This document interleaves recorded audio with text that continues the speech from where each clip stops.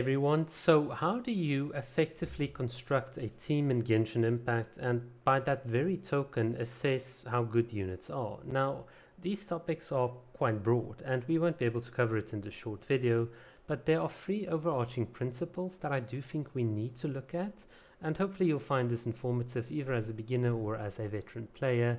So the first principle is effective cooldown management. So what do I mean by this?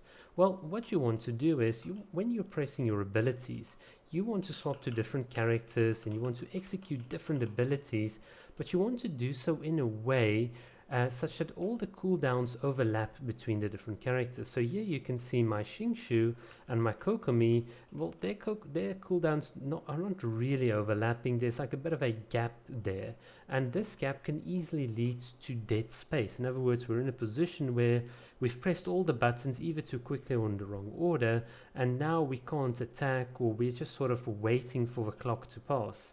And this is not good, because if you're in something like the Spiral Abyss, every second counts and you want to make maximal use out of your team. And this is what theory crafters call a rotation. In other words, by executing your abilities in a specific order, not only are you maximizing damage, you're also overlapping as many cooldowns appropriately and reducing the amount of dead air or dead space that is left by not having your abilities ready when you need them. In fact, if you really play a rotation quite nicely, you'll often find that the cooldowns, the elemental burst and skills all sort of seem to line up almost exactly. They're ready just as you switch to a new character. And that's like when Genshin Impact becomes like really exciting. And at this point you might say to me, well, duh, this is like Genshin 101, please teach me something new. But this is the thing that I've discovered with the Genshin Impact community. This idea of cooldown management is not as obvious as it seems. So let's look at something like the Taser Dance or Kokomiko or whatever people call it. I just like Taser Dance team. This team with Yai and Miko. And let's understand how the principle of cooldown management applies to a character like Yai and Miko. The community's reaction has been triple E, triple E, triple E. Now I'm going to press Q and then I'm going to go triple E, triple E. And it's like, guys, that's not how you play Yai and Miko. This fundamental misunderstanding of cooldown management is precisely why people do not understand how to play Yai. So as a very simple example, what you can do with Yai and Miko is you can place her totems, go to Fischl, go to Kokomi, go to Sucrose, and as you guys can see, I'm filling all the dead space here. I can now do a Q, and now I can do a triple E again. Now I can refresh my Oz, and now I can go and refresh my Jellyfish. And if you do this properly, and we showcase this on the channel, you'll have like minimal downtime between all of these characters and all of their cooldowns. And that is just what is so crazy about getting the flow, the rotation, the APM and all these things correctly done. And this is what makes you appreciate characters a lot more. And this is the thing, your character does not need to be on the field if they've got 14 seconds for these things to tick. These things are on the field for 14 seconds. Like once they're done, I go away. I don't need to be on the field. I can watch the moon and they're still going to be here. And this is the thing that people don't understand about cooldown management, and that's why they can't really properly assess characters in any meaningful way. And this actually also leads me into my next topic, and I'm going to quickly go back to my other team. The second big fundamental principle is proper energy management in Genshin Impact. And what do I mean by that? Well, you've got your elemental burst, which is kind of a big ability on most characters, and you need to manage this ability properly. So how do you do it? Well, in Genshin Impact people talk about the concept of a battery. So in this case, Kokomi works really nicely with Xingshu, and if you've got the sacrificial sword, which is one of the, but not the only, sort of recommended option on Xingshu, well, then you're going to have a good time, because your Kokomi, together with Rosaria and the Favonius Lance, well, you're going to have your elemental burst non-stop, and that's quite awesome. And this is not just something unique to Kokomi, this applies to something like the Raiden National, where you've got Bennett that batteries Xiongling and Raiden Shogun battering the entire team. and as well as, let's say, some sort of freeze variations where, I don't know why I put Ganyu here, where you've got like a Diona, well, Ganyu can also work as a battery for Ayaka if you've got a C2, I think. You can battery your carry, Ayaka, here with a buddy, and that's the whole point. You've got some sort of additional character that can help your other character in terms of their energy needs, and that is not such a strange concept. But people make it as if every new character that comes out has an quote-unquote energy issue. Like, since Eula came out, since prior to Eula, a lot of characters have had, in air quotes, energy issues. And how do you solve these energy issues? Well, you solve them through artifacts, through energy recharge.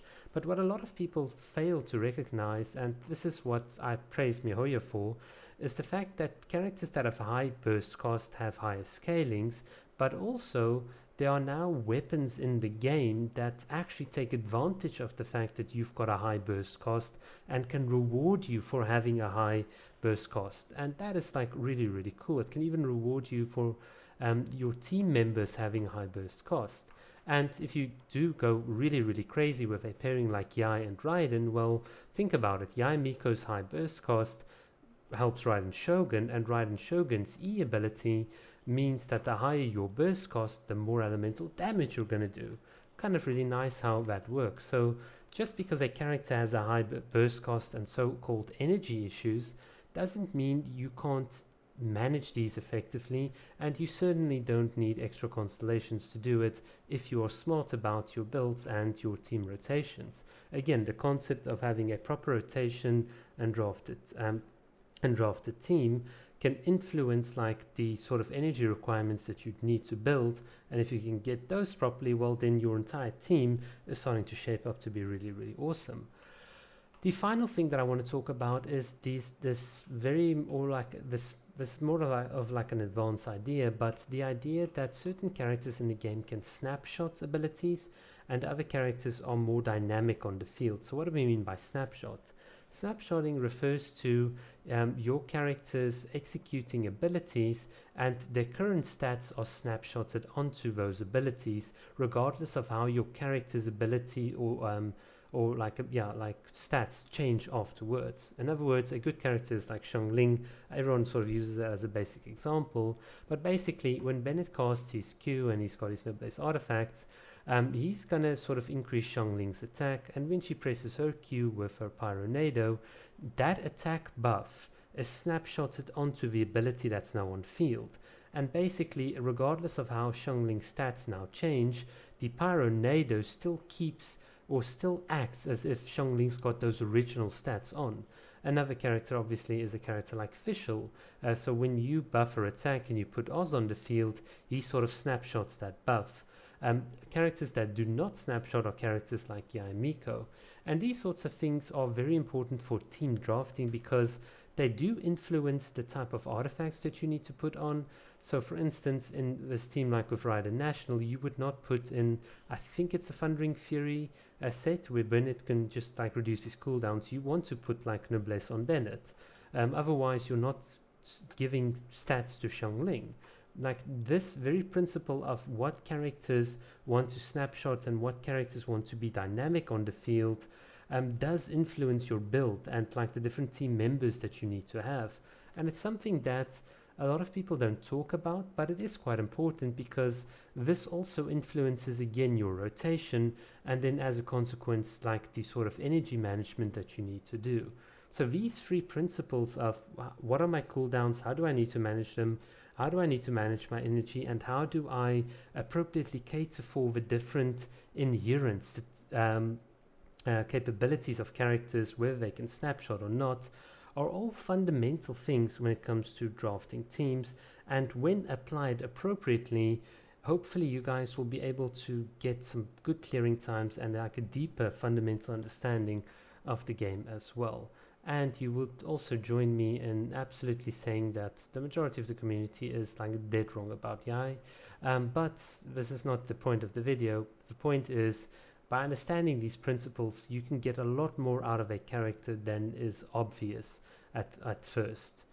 And I'm looking also specifically at Kokomi. So much packed into this character, and yet people are still they still don't understand how much this character does. It's just absolutely insane. But yeah guys, that's it for my video. Cheers.